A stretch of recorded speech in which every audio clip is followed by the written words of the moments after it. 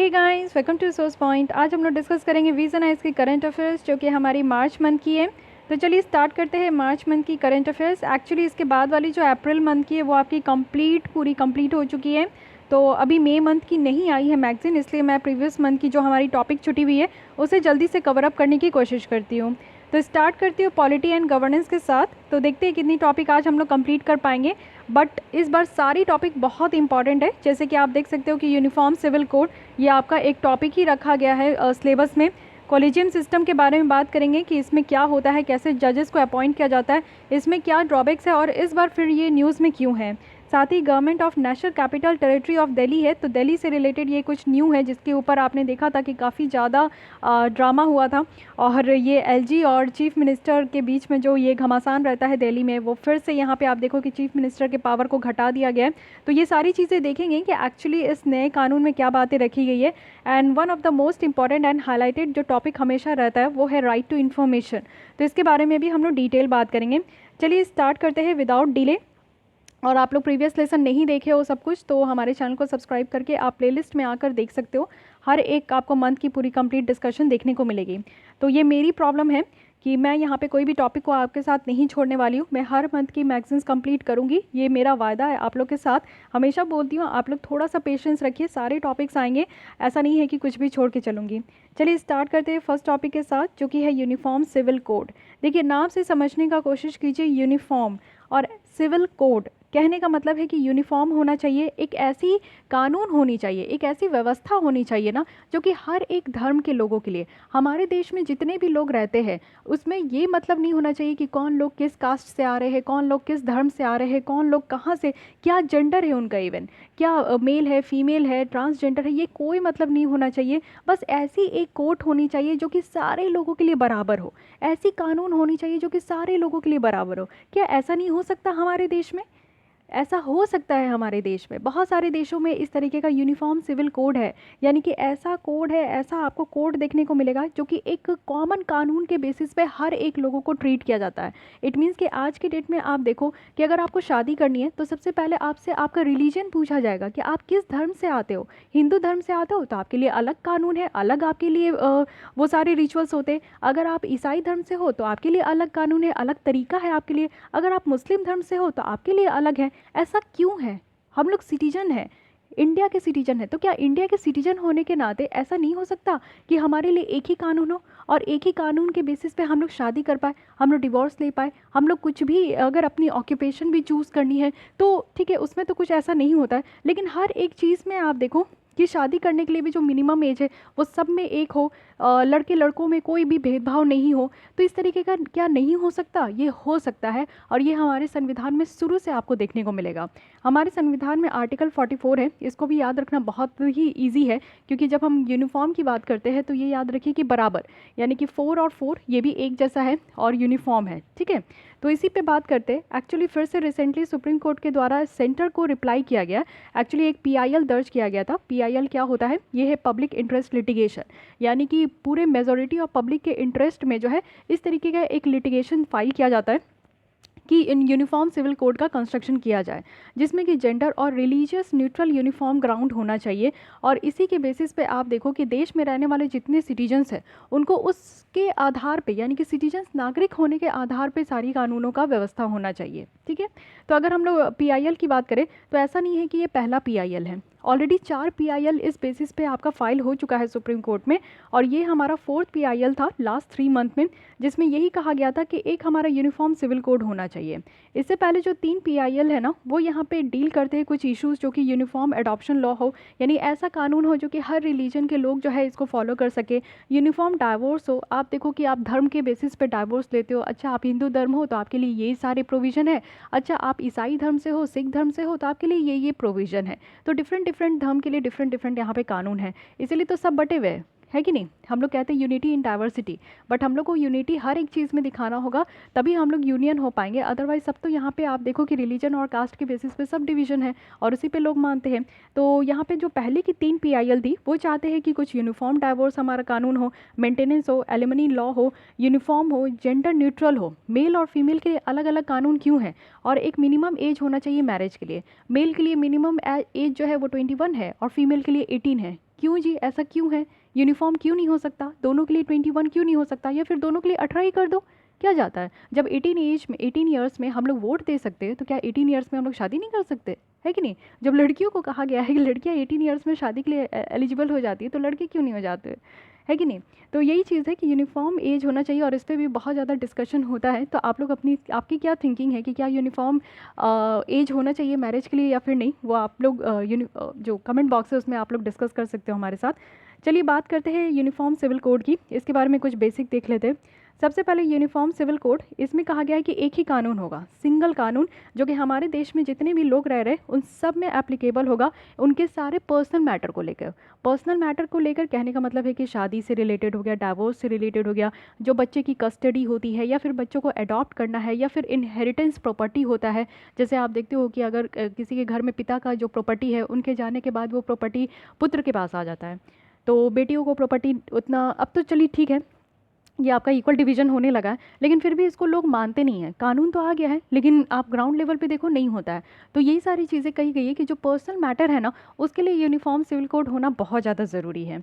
Uniform civil code आप देखो कि जो आज के डेट में इतना छोटे छोटे टुकड़ों में जो पर्सनल लॉ फ्रेगमेंटेड है ना, जो बटे हुए हैं, उसको ये रिप्लेस करेगा। यानी मैं वही कह रही हूँ कि रिलीजन के बेसिस पे जो इतने कानून हैं, आप बस एक ही देख लो ना कि शादी करने के लिए अगर आपका अलग अलग धर्म है ना, तो आप अलग अलग तरीके से शादी करते हैं। ऐसा क्यों है? अलग अलग आपके लिए कानून है, अलग अलग रिचुअल है, ऐसा क्यों है? सबको एक जैसे शादी क्यों नहीं कर सकते? है कि नहीं? तो इसी में बंटवारा होता है। हमारे संविधान में आप देखो आर्टिकल 44 है, जो कि आपको डीपीएसपी में देखने को मिलेगा, directive principle of state policy. इसी में कहा गया है कि स्टेट में जो है यूनिफॉर्म सिविल कोड होना चाहिए सिटीजन्स के लिए through out the territory of India. पूरे इंडिया में जो है इस तरीके का एक कानून होना चाहिए। आर्टिकल 44 ये one of the directive principle of state policy है, और ये हमारे आर्टिकल 37 में भी डिफाइन किया गया है कि ये जस्टिसेबल नहीं है। इट मीन्स कहने का मतलब है कि अगर यहाँ पे किसी की हनन होता है, किसी का राइट्स का हनन होता है, तो ऐसा नहीं है कि आप लोग इसके लिए कोर्ट्स जा सकते हैं।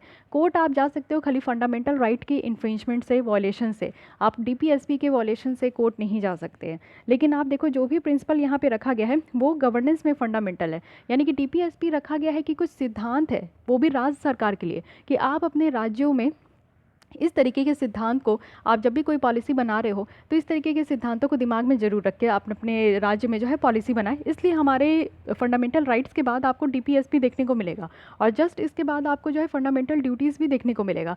जस्ट बिकॉज एक बैलेंस होना चाहिए। ऐसा नहीं है कि आप बस इस चीज़ के लिए प्राउड फील करो और घमंड करो कि हाँ मेरे पास तो फंडामेंटल राइट है, आप कुछ भी करते जाओ इस देश में, आपको कोई नहीं रोकेगा। फंडामेंटल राइट्स के साथ आपके पास ड्यूटी भी है कि आप अपने कर्तव्य को मत भूलो। ठीक है, आपको एक जगह अधिकार भी मिला है, तो एक जगह आपको कर्तव्य भी अपना निभाना है। तो यही सब बैलेंस किया गया है हमारे संविधान में, जो कि एक खूबसूरती मुझे लगती है। तो ये तो बेसिक हो गई यूनिफॉर्म सिविल कोड की।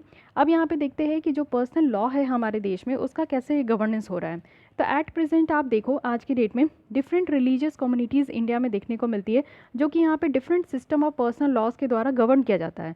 और ये सारे जो कानून होते हैं ना, मेनली आप कुछ कुछ एरिया में देखो जो फोकस कर रहे हैं, जैसे मैरिज और डाइवोर्स हो गया, कस्टडी और गार्जियनशिप हो गया, एडॉप्शन और मेंटेनेंस हो गई, सक्सेशन और इनहेरिटेंस हो गई। तो मेनली यहाँ पे आप देखो सक्सेशन एंड इनहेरिटेंस के ही लिए बात की जा रही है। एक्चुअली इनहेरिटेंस तो आप समझ गए कि प्रॉपर्टी का जो आपका एक जनरेशन से दूसरे जनरेशन में आपका जाता है। सक्सेशन भी वही होता है कि घर में आप देखो कि हमारे दादा है तो वो सबसे हेड ऑफ़ द फैमिली कहते हैं। दादा अगर गुजर जाते हैं तो उसके बाद हमारे फादर जो है वो हेड ऑफ़ द फैमिली है, वो गुजर जाते हैं तो हमें लगता है कि हमारे जो ब्रदर है वो हेड ऑफ़ द फैमिली है। तो ये होता है सक्सेशन। ठीक है, तो इसके बेसिस पे भी आप लोग देखो कि डिफरेंट डिफरेंट कानून होते हैं। हिंदू के लिए आप देखो हिंदू पर्सनल लॉ है, जो कि 4 एक्ट में ये डिवाइड है। अगर आपको शादी करनी है तो आप हिंदू मैरिज एक्ट से शादी कर सकते हैं। अगर सक्सेशन की प्रॉब्लम आ रही है तो हिंदू सक्सेशन एक्ट है। हिंदू माइनॉरिटी और गार्जियन एक्ट है, अगर गार्जियन की कोई भी बात है। और एडॉप्शन करनी है तो हिंदू एडॉप्शन और मेंटेनेंस एक्ट है। इट मीन्स कि जो डाइवोर्स होने के बाद जो मेंटेनेंस यहाँ पे दिया जाता है, तो वो चीज़ें हम लोग इस कानून के तहत देखते हैं। तो आप समझ सकते हो कि एक शादी ही कर रहे हैं, उसके अंदर भी आप देखो कि फैमिली में भी इतनी सारी बातें होती है, तो उनमें भी हिंदू धर्म में 4 तरीके का कानून यहाँ पे अपनाया गया है। ये जो टर्म है ना हिंदू, इसमें हमारे सिख, जैन, बुद्धिस्ट सब आ जाते हैं, और सब इस कानून के तहत ही वो फॉलो करते हैं। मुस्लिम का अलग आप देखो, मुस्लिम पर्सनल लॉ है, ये आपका जो है इस तरीके से कॉडिफाई नहीं किया गया, उनका अपना अलग रिलीजियस टेक्स्ट है।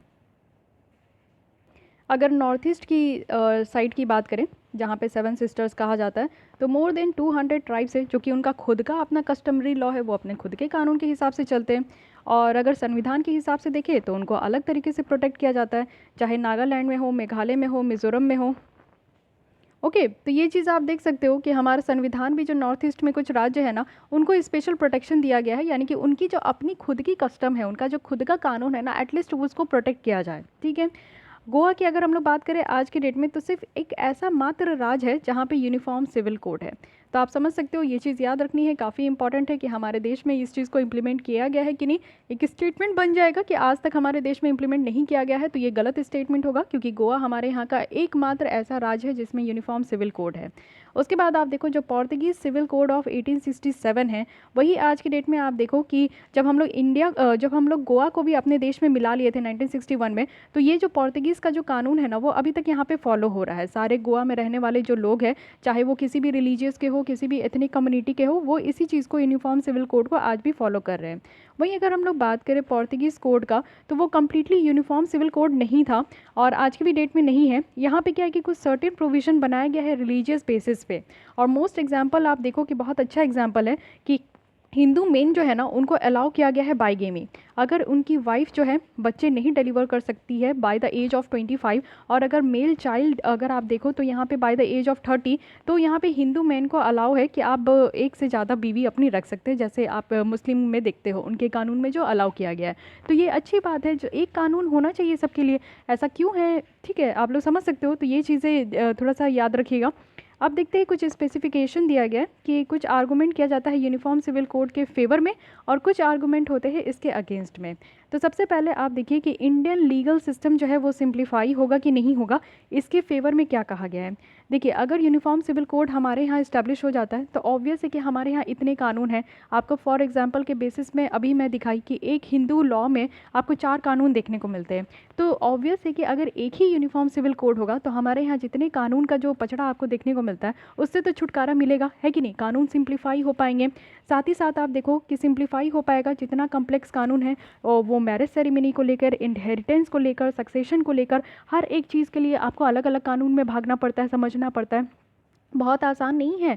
मैं लॉ ग्रेजुएट हूँ, मुझे भी बहुत कन्फ्यूज़न हुआ था कि हर एक छोटे छोटे चीज़ के लिए हमारे देश में अलग कानून है। उसके लिए आपको डिटेल पढ़ना पड़ता है, उसके सारे प्रोविज़न, सारे पनिशमेंट, सारे टर्म्स एंड कंडीशन, सब कुछ इतना कॉम्प्लेक्स है कि मैं कभी कभी कन्फ्यूज़ हो जाती हूँ, मुझे नहीं समझ में आता है। तो इसलिए आप लोग देखते हो कि जितने एडवोकेट होते हैं ना, वो काफ़ी डेप्थ स्टडी करते हैं चीज़ों को समझने के लिए, केसेस को फाइट करने के लिए। तो ऑब्वियस है कि बहुत ज़्यादा डेप्थ स्टडी की ज़रूरत होती है, क्योंकि हमारे यहाँ कानून ही इस तरीके के बनाए गए।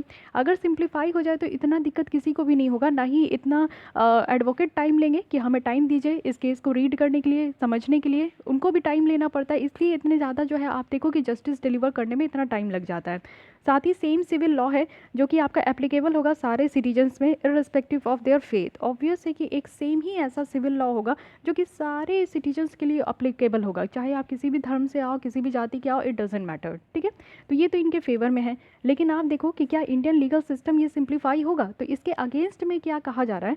कहा जा रहा है कि इंडियन लॉज जो है, अगर वो यहाँ पे यूनिफॉर्म कोड को फॉलो करते हैं इन मोस्ट सिविल मैटर में, जैसे कि इंडियन कॉन्ट्रैक्ट एक्ट हो गया, और उसके बाद आप देखो कि सीपीसी है, सेल्स ऑफ गुड एक्ट है, ट्रांसफ़र ऑफ प्रॉपर्टी एक्ट है, पार्टनरशिप एक्ट है, एविडेंस एक्ट है। ओके, सो ये सारे कानून हैं जो कि आप देखो कि यहाँ पे यूनिफॉर्म कोड के सहारे जो है ये फॉलो हो सकता है। अगर राज्यों की बात करें तो यहाँ पे हंड्रेड्स ऑफ अमेंडमेंट होते हैं, और कुछ सर्टेन मैटर में अगर आप देखो तो डाइवर्सिटी भी है। इट मीन्स कि अगर हम लोग देखें तो हमारे देश में एक तो विभिन्न जाति के लोग हैं, विभिन्न प्रजाति के लोग हैं, विभिन्न उनके अपने खुद के कस्टम है। तो अगर हम लोग एक कानून बना देंगे तो क्या सबके ऊपर ये सूट करेगा। जैसे आप लोग देखते हो कि एक शूज़ जो है वो सबके पैर में सूट नहीं कर सकता, उसी तरीके से अगेंस्ट में भी यही कहा जाता है कि ऐसा नहीं है कि एक ही कानून आप बना दो और हमारे देश के हर एक लोग के ऊपर वो सूट कर जाए। तो देयरफॉर ये कहा गया है कि जो यूनिफॉर्म सिविल कोड है ना, वो फिजिबल नहीं होगा। तो ये अगेंस्ट में कहा गया। चलिए, ये भी एक आपका वैलिड पॉइंट है।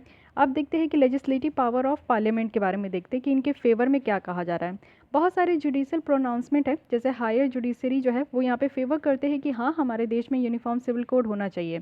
साथ ही पार्लियामेंट में भी आप देखो कानून बनाया जाता है, जैसे कि ये जो जुडिशियल प्रोनाउंसमेंट है वो इन्फोर्सिबल हो सके। कुछ हमारे यहाँ जजमेंट है, जैसे कि मोहम्मद अहमद खान वर्सेस शाह बानो बेगम 1985 का, यहाँ पे अपेक्स कोर्ट के द्वारा यानी कि सुप्रीम कोर्ट के द्वारा डिक्लेयर किया गया कि शाह बानो को जो है यहाँ पे मेंटेनेंस के लिए दिया जाएगा आफ्टर कंप्लीशन ऑफ इद्दत पीरियड। इनके अंदर एक इद्दत पीरियड होता है जो कि आई थिंक 3 महीने का होता है, उसके बाद ही मेंटेनेंस पीरियड जो है इनको दिया जाएगा। साथ ही साथ एक और यहाँ पे आपका केस लॉ है, Sarla Mudgal versus Union of India 1995 की है। इसमें बात रखी गई कि सुप्रीम कोर्ट के द्वारा कहा गया कि पार्लियामेंट को यहाँ पे ज़रूरत है कि वो यूनिफॉर्म सिविल कोड को वो फ्रेम करें जिसमें जो नेशनल इंटीग्रेशन है उस तरीके के कॉजेज़ का हेल्प मिल सके। और जो एक कॉन्ट्राडिक्शन है हमारे देश में डिफरेंट डिफरेंट आइडियोलॉजिस्ट को लेकर, डिफरेंट डिफरेंट लोगों की सोच को लेकर, विचारधारा को लेकर, उस चीज़ को रिमूव किया जा सके। तो ये तो बात रही फेवर में कि यहाँ पे जो कानून पावर दिया गया है, कानूनी पावर यानी कि कानून बनाने की जो पावर दी गई है पार्लियामेंट को, उसके फेवर में बताई जा रही है। अच्छा हाँ, यहाँ पे जो इद्दत पीरियड है उसको एक बार देख लीजिए कि ये होता क्या है। तो देखिए 2 तरीके का होता है, एक तो इसमें बहुत टाइप के होते हैं बट मैं इन शॉर्ट आपको यही बताना चाह रही हूँ कि इद्दत ऑफ तलाक यानी कि जब आपका इद्दत का पीरियड चलता है तो इन केस ऑफ तलाक तो 3 कोर्सेज होते हैं। और अगर यहाँ पे आप देखो कि अगर विमेन जो है उनकी मेंस्ट्रुएशन चल रही है या फिर अगर अदरवाइज हो गया तो 3 मंथ का यहाँ पे इद्दत पीरियड होता है। मान लीजिए कि विमेन अगर प्रेग्नेंट है तो at the time of divorce तो जो इद्दत है वो यहाँ पे डिलीवरी तक भी टर्मिनेट नहीं होगा। तो ये एक टाइम होता है, इसको आप लोग इन शॉर्ट ही याद रखो कि ये 3 महीने का होता है। ओके, लेकिन अगर हम लोग इसके अगेंस्ट में देखें तो पार्लियामेंट के पास एक्सक्लूसिव जुरिस्डिक्शन नहीं होता है पर्सनल लॉ को लेकर। अगर यहाँ पे कॉन्स्टिट्यूशन के फ्रेमर्स के हिसाब से देखें तो वो यहाँ पे यूनिफॉर्म सिविल कोड को ला सकते हैं और वो यहाँ उनके पास एक्सक्लूसिव जुरिस्डिक्शन होगा, यानी कि वो यहाँ पे एक्सक्लूसिव जुरिस्डिक्शन पार्लियामेंट को दे सकते हैं in respect of the personal law, जिसमें कि आपका कुछ सब्जेक्ट को यूनियन लिस्ट में इंक्लूड किया जाएगा। क्योंकि आपको पता है कि जो यहाँ पे आपका कानून बनाया जाता है वो स्टेट में स्टेट लेजिस्लेचर के द्वारा, जो भी स्टेट लिस्ट में आपका जितने भी सब्जेक्ट है उससे रिलेटेड स्टेट लेजिस्लेचर ही कानून बनाते हैं, जो यूनियन लिस्ट में जितने सब्जेक्ट है उससे रिलेटेड जो है पार्लियामेंट कानून बनाते हैं। तो यहाँ पे कहा गया है कि पार्लियामेंट के पास तो ऐसा यहाँ पे अब अभी तक आप देखो कि एक्सक्लूसिव जुरिस्डिक्शन नहीं होता है, यानी कि कानून बनाने का अधिकार पर्सनल लॉ पे नहीं होता है। लेकिन ऐसा हो सकता है अगर यहाँ पे सिविल यूनिफॉर्म सिविल कोड बनाया जाए तो इस तरीके का भी पावर पार्लियामेंट को दिया जा सकता है। बट जो पर्सनल लॉज है वो आज की डेट में कहाँ है तो कंकरेंट लिस्ट में है। अब कंकरेंट लिस्ट ऐसा लिस्ट होता है जिसमें कि स्टेट गवर्नमेंट जो है, स्टेट लेजिस्लेचर भी इसके ऊपर कानून बना सकते हैं और यहाँ पे सेंट्रल पार्लियामेंट भी जो है कानून बना सकते हैं। तो यही बातें हैं यहाँ पे। अगर थर्ड देखें तो यूनिफॉर्म सिविल कोड और फंडामेंटल राइट्स के अगर बारे में बात करें तो फेवर में कहा जा रहा है कि जेंडर जस्टिस मिलेगा। जैसे कि हमारे फंडामेंटल राइट्स में आर्टिकल 21 है, आपको कमेंट बॉक्स में ये बतानी है कि फंडामेंटल राइट्स में कहाँ से आर्टिकल स्टार्ट होती है और कहाँ पे एंड होती है। इसी के बीच में आपका एक राइट टू फ्रीडम है, यानी कि यहाँ पे राइट टू लाइफ की बात की जाती है आर्टिकल 21 के तहत। तो इसके तहत कहा जाता है कि जेंडर जस्टिस होगी। इट मीन्स कि यहाँ पे आप देखो कि जो बायसनेस देखने को मिलता है या फिर हमारी जो पेट्रियार्कल सोसाइटी है इससे कहीं ज़्यादा ऊपर उठ के हम लोग यहाँ पे यूनिफॉर्म सिविल कोड होगा। तो इसकी हमें इसलिए ज़रूरत है क्योंकि ये जो जेंडर इनइक्वालिटी की बात करते हैं वो यहाँ पे कम हो पाएगा। साथ ही जो रिलीजन एंड पर्सनल लॉ है वो डिफरेंट डिफरेंट देखने को मिलता है। तो एक बहुत ही फेमस हमारे यहाँ केस लॉ है जो कि है SR Bommai versus Union of India. इसमें सुप्रीम कोर्ट के द्वारा ये कहा गया है कि जो रिलीजन है वो यहाँ पे इंडिविजुअल फेथ का मैटर है, यानी कि अगर कोई इंडिविजुअल पर्सन है तो वो कितना बिलीव करते हैं तो उनके बिलीव को दिखाया जाता है रिलीजन जैसा, कि वो कौन से धर्म को मानते हैं। और इसको हम लोग सेक्युलर एक्टिविटीज़ के साथ मिक्स नहीं कर सकते। सेक्युलर एक्टिविटीज़ क्या होता है, जैसे आप लोग देखो कि एक ऐसा कंट्री कहा जाता है कि India is a secular country. It means कि आप देखो कि यहाँ पे हमारे इंडिया का कोई धर्म नहीं है, हमारी इंडिया का कोई पर्टिकुलर कास्ट नहीं है, यहाँ पे लोगों का होता है, लोग अपने हिसाब से यहाँ पे मानते हैं और किसी को फोर्सफुली भी नहीं ऐसा कहा जाता है कि आप इसी धर्म में रहो। सब कोई अपने हिसाब से, अपनी आस्था है, अपना विश्वास है, उस हिसाब से सब चलते हैं। तो सेक्युलर एक्टिविटीज़ के साथ इसको मिक्सअप नहीं किया जा सकता है। ये SR Bommai versus Union of India के द्वारा कहा गया है। लेकिन इसी के अगेंस्ट में अगर हम लोग देखें तो ऐसा कहा जाता है कि सेक्युलर स्टेट जो है वो यहाँ पे पर्सनल लॉ के साथ इंटरफेयर नहीं कर सकते।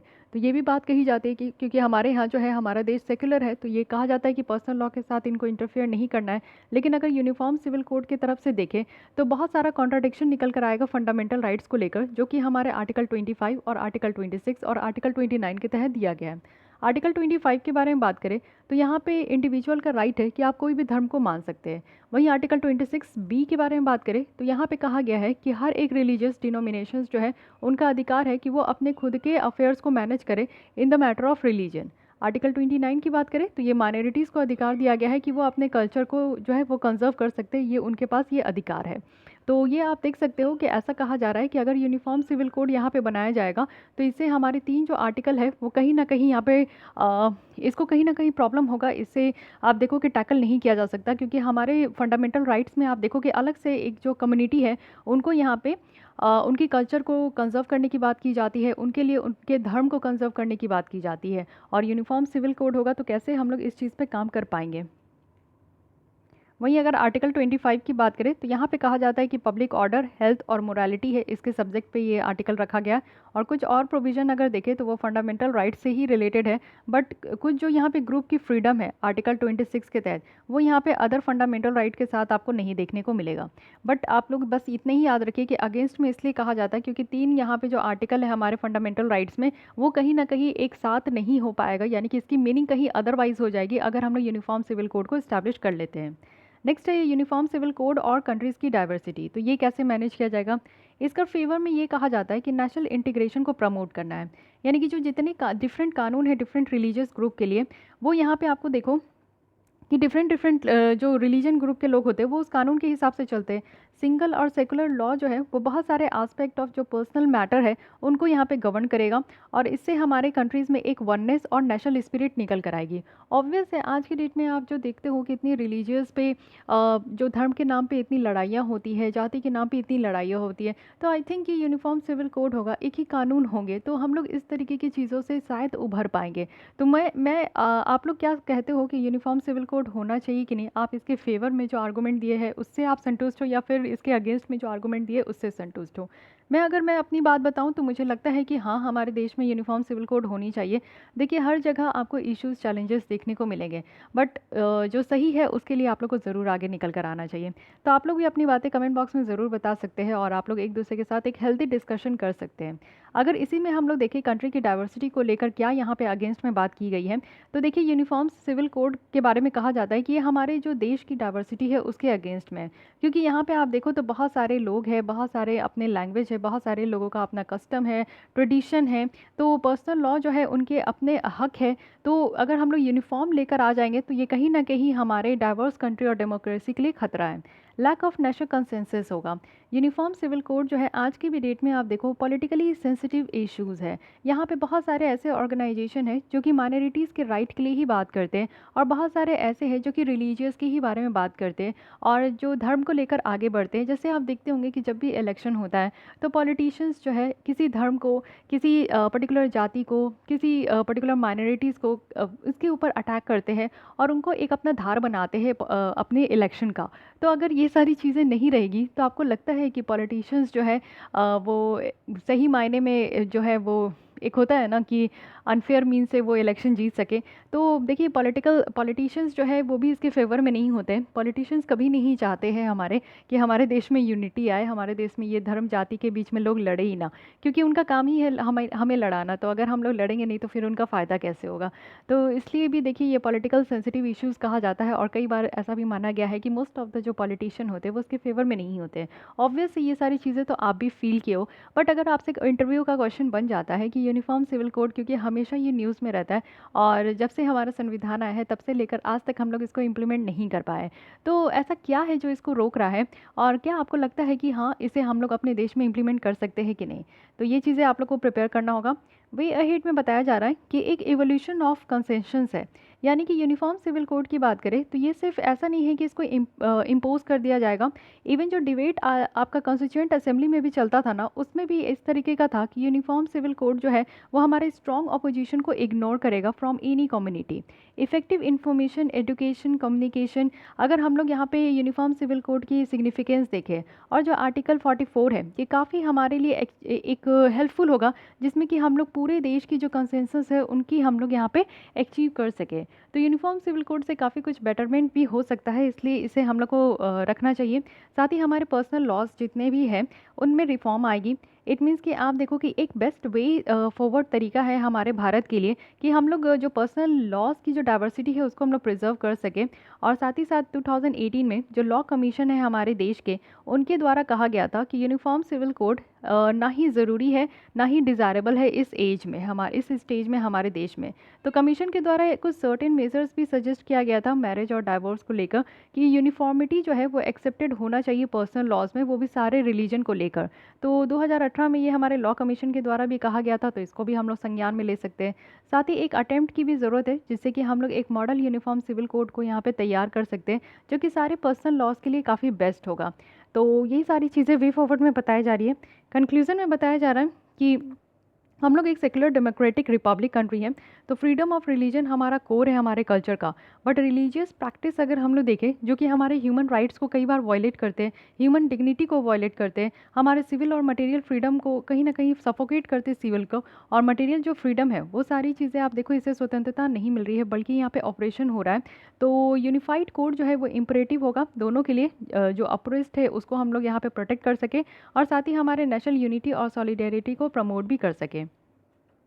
So this is all about this topic. आइए एक बार हम लोग समराइज़ कर लेते हैं कि यहाँ पे हम लोग ने क्या क्या देखा।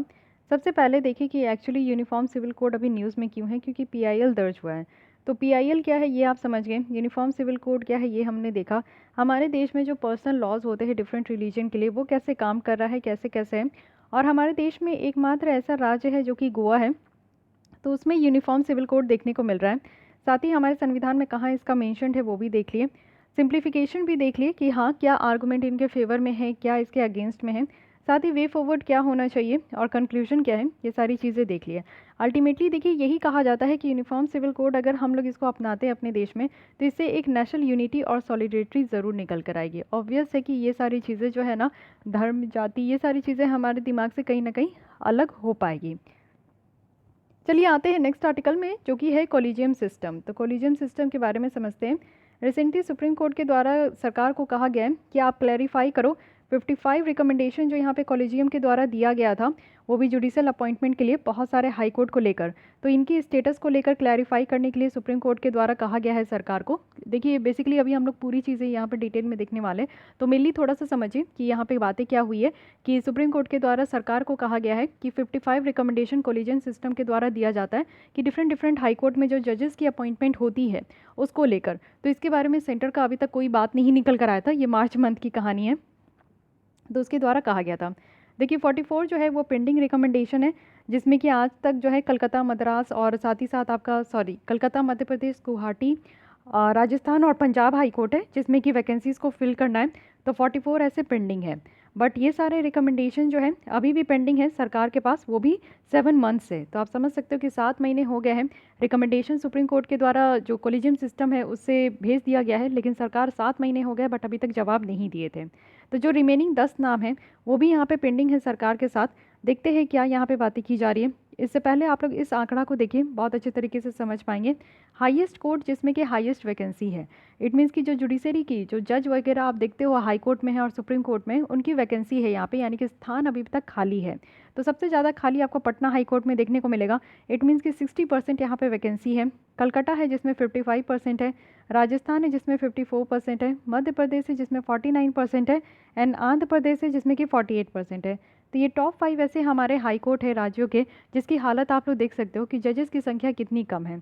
और केसेस जो पेंडिंग है वो तो आप जान ही रहे हो कि आज की डेट में अगर हम लोग सारे केसेस को बना ले, चाहे वो हाई कोर्ट के हो, सुप्रीम कोर्ट के हो या फिर सबऑर्डिनेट कोर्ट के हो, सबको इकट्ठा करें तो इसमें हमारा जो पूरा टोटल पेंडिंग केसेस निकल कर आ रहा है वो 4 करोड़ से भी ज़्यादा है। तो आप समझ सकते हो कि जजेस अगर होंगे नहीं तो केसेस कौन यहाँ पे डिलीवर करेगा। और साथ ही आप ये भी देख सकते हो कि कैसे इतने हाई कोर्ट है जिसमें कि सबसे कम वैकेंसी यहाँ पे है। तो मणिपुर में जिसमें कि आप देख सकते हो 0% है, मेघालय सिक्किम, देखिए नॉर्थ ईस्ट की ऐसी यहाँ पे हाई कोर्ट है जिसमें कि आप लोग देख सकते हो कि यहाँ पे जजेस की कमी नहीं है, तो बहुत अच्छी बात है। केरल में अगर आप लोग देखो तो 14% ही वैकेंसी है, वहीं अगर गुवाहाटी में देखें तो 16% वैकेंसी है। तो देखिए नॉर्थ ईस्ट की जो परफॉर्मेंस है इस चीज़ में तो काफ़ी बेहतरीन है, ये आप लोग को ध्यान रखना होगा। अब देख लेते हैं कि जजेस की अपॉइंटमेंट कैसे होती है हमारे देश में, इसके लिए क्या सिस्टम है, संविधान में क्या मैंडेट किया गया है। तो संविधान में आर्टिकल 124 है विच इज़ वेरी इंपॉर्टेंट। इसमें रखा गया है कि प्रेसिडेंट जो है वो यहाँ पे सुप्रीम कोर्ट के जज को अपॉइंट करेंगे, लेकिन इससे पहले कंसल्ट किया जाएगा जो हमारे देश के चीफ जस्टिस ऑफ इंडिया है और अदर जो सुप्रीम कोर्ट और हाई कोर्ट के जजेस हैं, पहले उनसे कंसीडर किया जाएगा, उसके बाद जो है प्रेसिडेंट यहाँ पे अपॉइंट करेंगे। वहीं अगर देखें तो हाई कोर्ट की जो यहाँ पे अपॉइंटमेंट होती है, हाई कोर्ट के जजेस की जो अपॉइंटमेंट होती है, प्रेसिडेंट यहाँ पे चीफ जस्टिस ऑफ इंडिया, साथ ही गवर्नर और चीफ जस्टिस ऑफ उस हाई कोर्ट के जो होते हैं, जिस स्टेट के हाई कोर्ट के जजेस को अपॉइंट करना है, तो उस हाई कोर्ट के जो चीफ जस्टिस होते हैं उनसे कंसर्न करके ही वो अपॉइंट करते हैं। तो ये चीज़ें ध्यान रखिएगा, यहाँ पे हाई कोर्ट के जज की अपॉइंटमेंट की जा रही है तो ये अंडर आर्टिकल 217 आता है। बट अगर यहाँ पे सुप्रीम कोर्ट के जज की अगर हम लोग बात करें तो यहाँ पे आर्टिकल 124 आता है। लेकिन अपॉइंटमेंट दोनों का, चाहे वो सुप्रीम कोर्ट के जज हो या हाई कोर्ट के जज हो, दोनों की अपॉइंटमेंट यहाँ पे प्रेसिडेंट के द्वारा की जाती है। फाइन। अब एक सिस्टम होता है जिसे हम लोग कोलिजियम कहते हैं। एक्चुअली कोलिजियम एक तरीके का सिस्टम है जिसमें कि कमेटी है। कमेटी किसका होता है? तो chief justice of India, 4 senior जजेस होते हैं सुप्रीम कोर्ट के और 3 मेंबर होते हैं हाई कोर्ट के। ठीक है, इन केस अगर यहाँ पे हाई कोर्ट के जो है वो जजेस को अपॉइंट करना है, ये डिसीजन लेते हैं कि किनको यहाँ पे अपॉइंट करना है और किनको यहाँ पे जो जज है उनको ट्रांसफ़र करना है सुप्रीम कोर्ट या हाई कोर्ट में। जैसे जजेस का भी ट्रांसफ़र आप देखते हो ना कि हाई कोर्ट में से भी सुप्रीम कोर्ट में ट्रांसफ़र होती है, साथ ही एक हाई कोर्ट से दूसरे हाई कोर्ट में भी ट्रांसफ़र की जाती है। तो ये सारा काम जो जजेस से करना है कि जजेस की अपॉइंटमेंट करनी है या फिर ट्रांसफ़र करना है, ये सारा काम किसके द्वारा किया जाता है? तो ये कॉलेजियम सिस्टम के द्वारा किया जाता है। 3 जज केस आपको देखने को मिलेंगे जो कि 1981 से 1998 तक थे, जिनके द्वारा ये कॉलेजियम सिस्टम को सेटअप किया गया है जजेस को अपॉइंट करने के लिए। तो ये आपको ध्यान रखना है कि एक्चुअली ऐसा सिस्टम कहाँ से बनकर आया, हमारे संविधान में इसका मेंशन नहीं है। This is very important point. ठीक है, कॉलेजियम सिस्टम के बारे में नहीं कहा गया है। तो ये फिर निकल कर कैसे आया है? ये निकल कर आया है 3 जज cases. This is very important, ये मैं जितना वेरी इंपॉर्टेंट लिखूँ ये कम है। तो 3 जजेस केसेस है, इसको देखिए। सबसे पहला 1981 में है, दूसरा यहाँ पे 1993 है एंड थर्ड यहाँ पे 1998 है। 1981 की अगर हम लोग बात करें तो इसको एसपी गुप्ता केस भी कहते हैं। इस केस के अकॉर्डिंग क्या है कि सुप्रीम कोर्ट के द्वारा ये कहा गया है कि चीफ जस्टिस ऑफ इंडिया के द्वारा यहाँ पे रिकमेंडेशन दिया जाएगा प्रेसिडेंट को कि वो यहाँ पे रिफ्यूज़ कर सकते हैं जो कॉग्निजेंट रीज़न है। तो वो यहाँ पे कोजेंट रीजंस जो होते हैं, यानी कि क्लियर रीजंस जो है उसको ये उसके लिए ये रिफ्यूज़ कर सकते हैं। इट मीन्स कि यहाँ पे सुप्रीम कोर्ट के द्वारा कहा गया है कि जो chief justice of India recommendation देंगे प्रेसिडेंट को, तो प्रेसिडेंट यहाँ पे रिफ्यूज़ कर सकते हैं अगर उनको क्लियर रीज़न मिल गया तो। सेकंड जज में यहाँ पे क्या कही जा रही है 1993 की, इसको हम लोग Supreme Court Advocate on Record Association यानी कि SCARA versus Union of India case भी कहते हैं। यहाँ पे चीफ जस्टिस ऑफ इंडिया है, उनको यहाँ पे सिर्फ कंसल्ट करना है 2 सीनियर मोस्ट जजेस से, वो भी जुडिशियल अपॉइंटमेंट को लेकर या फिर यहाँ पे जजेस को हाई ट्रांसफ़र करना है उनको लेकर। हाउएवर एक ऑब्जेक्शन यहाँ पे रेज हुआ एग्जीक्यूटिव को लेकर जो यहाँ पे अपॉइंट करेंगे। तो कोलिजियम ये जो है ना, ये आपका हो भी सकता है may not change their recommendation, जो कि यहाँ पे एग्जीक्यूटिव के ऊपर बाइंडिंग होगा। इट मीन्स कि यहाँ पे आप कॉलेजियम सिस्टम के द्वारा जो भी रिकमेंडेशन दिया जाता है वो कहा जा रहा है कि जो एग्जीक्यूटिव है यानी कि जो प्रेसिडेंट यहाँ पे अपॉइंट करेंगे उनके ऊपर ये बाइंडिंग हो सकता है। तो सेकंड जजेस केसेस को क्या कहा जाता है? तो supreme court advocates on Record association versus Union of India. वहीं अगर थर्ड जजेस केस की बात करें तो ये चीफ जस्टिस ऑफ इंडिया है, जिनके द्वारा ये कहा गया है कि 4 सीनियर मोस्ट सुप्रीम कोर्ट जज को वो कंसल्ट करेंगे और वो अपनी ओपिनियन को फॉर्म करने के लिए जुडिशियल अपॉइंटमेंट और ट्रांसफ़र को लेकर। तो ये चीज़ें यहाँ से आपका निकल कर आया। पहले में तो कहा गया कि हाँ प्रेसिडेंट रिफ्यूज़ कर सकते हैं, दूसरे में कहा गया कि चीफ जस्टिस ऑफ इंडिया सिर्फ 2 सीनियर मोस्ट जजेस को कंसल्ट करेंगे और तीसरे में कहा गया कि वो 4 सीनियर मोस्ट जजेस को जो है वो यहाँ पे कंसल्ट करेंगे। और तो यहाँ से हमारा जुडिशियल सिस्टम में जो आपका जुडिशियल अपॉइंटमेंट है, चाहे वो ट्रांसफ़र हो सुप्रीम कोर्ट के या हाई कोर्ट के जजेस का, तो ये सारा रिकमेंडेशन किसके द्वारा लिया जाता है? तो एक कोलिजियम सिस्टम के द्वारा लिया जाता है। लेकिन आज के भी डेट में आप देखो कि काफ़ी ज़्यादा इशू देखने को मिलता है। जब भी कोई नए चीफ जस्टिस ऑफ इंडिया, तो ठीक है कम ही होता है, लेकिन अगर कोई जज का ट्रांसफ़र कर दिया जाए या फिर आप देखो जजेस की अपॉइंटमेंट होती है सुप्रीम कोर्ट में, तो ये काफ़ी ज़्यादा इश्यूज़ देखने को मिलता है। क्या इश्यूज़ है यहाँ पे? देखिए, जजेस अपॉइंटिंग जजेस।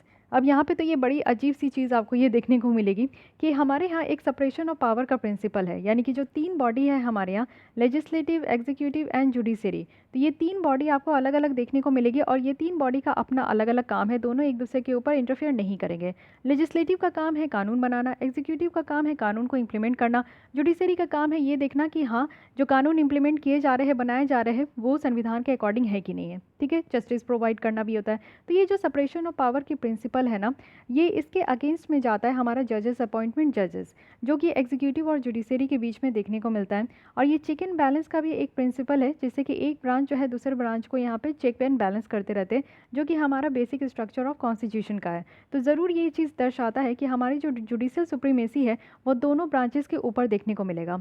इट मीन्स कि आप देखो कि जुडिशरी सबसे ऊपर माना जाता है, और वो भी देखा जाता है कि एग्जीक्यूटिव के ऊपर भी है, लेजिस्लेटिव के ऊपर भी है। कैसे होता है, तो कई बार आप देखते हो कि जुडिशरी डायरेक्ट जो है सरकार को ये आदेश देते हैं कि आपको ये काम करना है। कई बार आप देखते हो कि जो कानून बनाया जाता है, यानी कि एक एनजेक कानून था, नेशनल जुडिशियल अपॉइंटमेंट कमीशन लाया गया था ये जजेस को अपॉइंट करने के लिए। तो यहाँ पे सुप्रीम कोर्ट ने खुद कहा था कि ये संविधान को वायलेट करता है, कि संविधान की प्रोविजन को वायलेट करता है, ये अनकॉन्स्टिट्यूशनल करार करके इसको स्ट्रक डाउन कर दिया गया था। तो इट मीन्स कि क्या कहा गया कि जुडिशरी के पास सबसे ज़्यादा पावर है। और यहीं पे आप देखते हो कि जज जो है, एक जज दूसरे जज को अपॉइंट कर रहे हैं, क्योंकि सुप्रीम कोर्ट यहाँ पे कॉलेजियम में कौन होते हैं, तो 4 मोस्ट सीनियर मोस्ट जो जज होते हैं सुप्रीम कोर्ट के, वो यहाँ पे डिसीजन लेते हैं कि अच्छा दूसरे जज को कहाँ ट्रांसफ़र करना है, कहाँ अपॉइंट करना है। दूसरी यहाँ पे इश्यूज़ निकल कर आती है अंकल जज सिंड्रोम। ये कई बार ऐसा देखने को मिलता है कि हाई कोर्ट में बहुत सारे जो जजेस और एडवोकेट होते हैं उनकी ब्लड रिलेशन देखने को मिलती है। इट मीन्स कि आप लोग देखो कि जो फैमिली मेम्बर्स के होते हैं वो अपने ही फैमिली मेम्बर्स के जो जज होते हैं उनको वो फेवर करते हैं।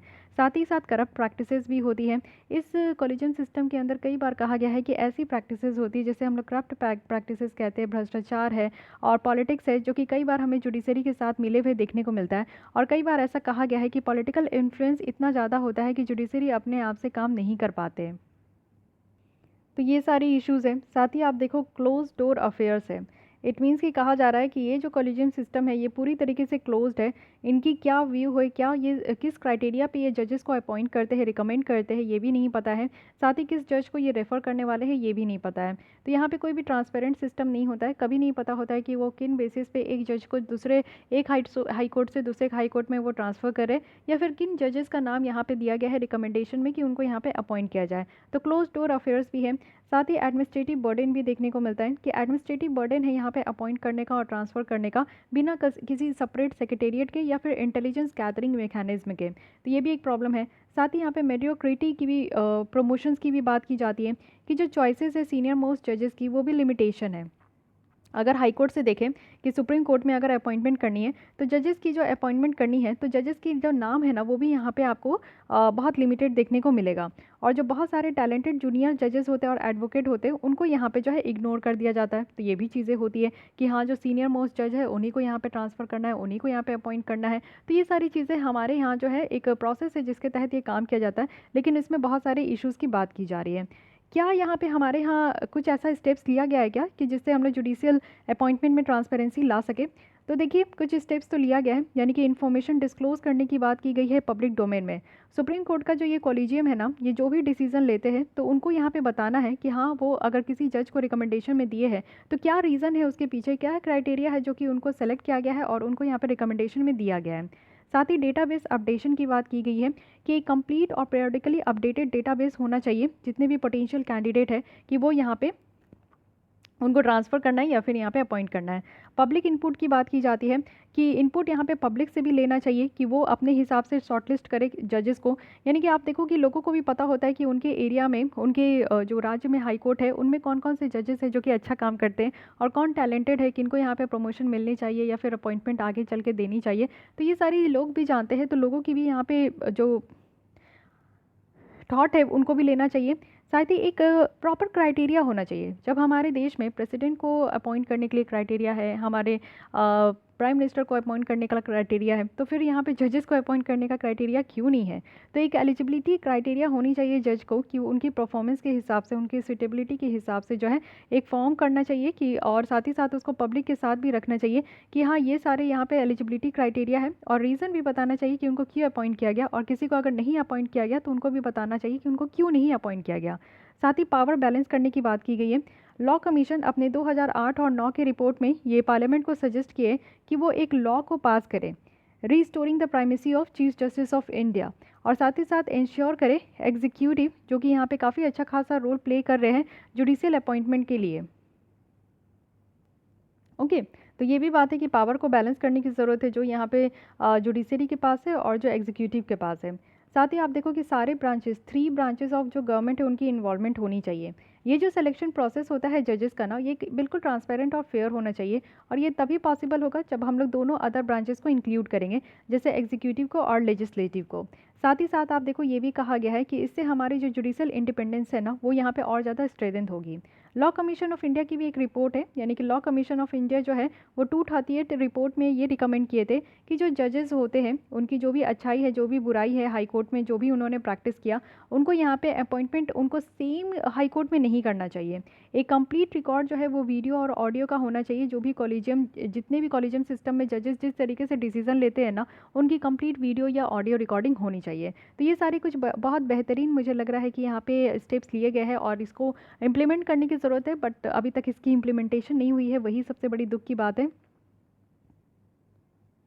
तो यहाँ पे अगर हम लोग कंक्लूजन देखें तो कंक्लूजन में बताया गया है कि जो जुडिशरी है वो यहाँ पे लोगों की ट्रस्ट पे चलती है। ऑब्वियस है कि हम लोग यहाँ पे ट्रस्ट करते हैं कि हमारे देश में अगर कोई भी कानून तोड़ेगा तो उसको एक दिन सज़ा ज़रूर मिलेगी। तो ये काफ़ी यूनिक विंग है हमारे कॉन्स्टिट्यूशनल गवर्नेंस का, जिसमें ये डिसीजन जो है वो प्रेसिडेंट, प्राइम मिनिस्टर और चीफ मिनिस्टर और लेजिस्लेचर जो दोनों है सेंटर और स्टेट में, इन सब के रिव्यू के साथ यहाँ पे लिया जाता है। तो ये हमारे फंडामेंटल राइट्स जो लोगों को दी गई है ना, उनके लिए जो है वो यहाँ पे रियल गार्जियन है हमारे यहाँ पे जो भी जुडिशरी आपको देखने को मिलता है। तो ऑब्वियस है कि इनको इस तरीके से काम करना चाहिए कि लोगों की जो यहाँ पे ट्रस्ट है वो कहीं ना कहीं टूटे नहीं। ठीक है, अब देखते हैं कि यहाँ पे क्या क्या रिलेटेड इन्फॉर्मेशन है। तो ये एनजेक के बारे में जो मैं बताई थी, ये ध्यान रखिए, नेशनल जुडिशियल अपॉइंटमेंट कमीशन, इसके ऊपर आप देखो कि 2 बार यूपीएससी प्रीलिम्स में क्वेश्चन आ चुके हैं, विच इज़ वेरी इंपॉर्टेंट। तो नेक्स्ट लेसन जब भी मैं लूँगी तो इससे रिलेटेड मैं आपको क्वेश्चन प्रैक्टिस करा दूंगी जो यूपीएससी प्रीलिम्स में आए हैं। 99 कॉन्स्टिट्यूशन अमेंडमेंट एक्ट है जिसमें कि एनजेक को क्रिएट किया गया था और कहा गया था कि ये कॉन्स्टिट्यूशनल बॉडी होंगे जिसमें कि जो कॉलेजियम सिस्टम है जजेस को अपॉइंट करने के लिए वो अब यहाँ पे रिमूव होगा। इस सुप्रीम कोर्ट के द्वारा इसको स्टक डाउन कर दिया गया और ये कहकर कि ये हमारे जुडिशरी की जो इंडिपेंडेंसी है उसको ये वॉयलेट कर रहा है। साथ ही जो principle of separation of power है एग्जीक्यूटिव और जुडिशरी के बीच में, ये भी वॉयलेट हो रही है। और साथ ही आप देखो जो बेसिक स्ट्रक्चर ऑफ कॉन्स्टिट्यूशन है उसको भी वॉयलेट कर रहा है। तो इसलिए सुप्रीम कोर्ट के द्वारा जो कॉलेजियम सिस्टम है जजेस को अपॉइंट करने के लिए, इसको फिर से रीस्टोर कर लिया गया।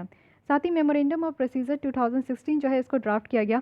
तो सरकार के द्वारा एक फ्रेश सेट ऑफ जो गाइडलाइंस है उसको ड्राफ्ट किया गया कि अपॉइंटमेंट करने के लिए हायर जुडिशरी में। साथ ही यहाँ पे एग्रीमेंट की कमी भी देखने को मिला जो गवर्नमेंट और जुडिशरी के बीच में है। तो चलिए ये कुछ रिलेटेड इन्फॉर्मेशन था, लेकिन ये समझते हैं कि हमारे जुडिशियल अपॉइंटमेंट में ट्रांसपेरेंसी की क्या ज़रूरत है। तो सबसे पहली बात है कि हमें इंटीग्रिटी बढ़ानी है, यानी कि ट्रांसपेरेंसी एक क्रॉस कटिंग प्रिंसिपल है और ये ज़रूरी है हमारे इंटीग्रिटी के लिए, जैसे कि पब्लिक कॉन्फिडेंस को बढ़ाने की ज़रूरत है। साथ ही आरटीआई कंप्लाइंसेज हो, यानी कि राइट टू इन्फॉर्मेशन हो। सेक्शन 4 जो राइट टू इन्फॉर्मेशन एक्ट 2005 के तहत है, उसकी पर्पस ये है कि यहाँ पे पब्लिक डोमेन की जो पर्पस है उसको फुलफिल करे, यानी कि लोग जो भी चाहते हैं कि उनको पता होना चाहिए कि उनकी जजेस को अपॉइंटमेंट कैसे की जा रही है, उनके हाई कोर्ट में जो है जज यहाँ पे ट्रांसफ़र होकर आए हैं तो ऑन व्हाट बेसिस वो ट्रांसफ़र होकर आया है, रीजंस क्या है उसके पीछे, तो लोगों को ये पता होना चाहिए।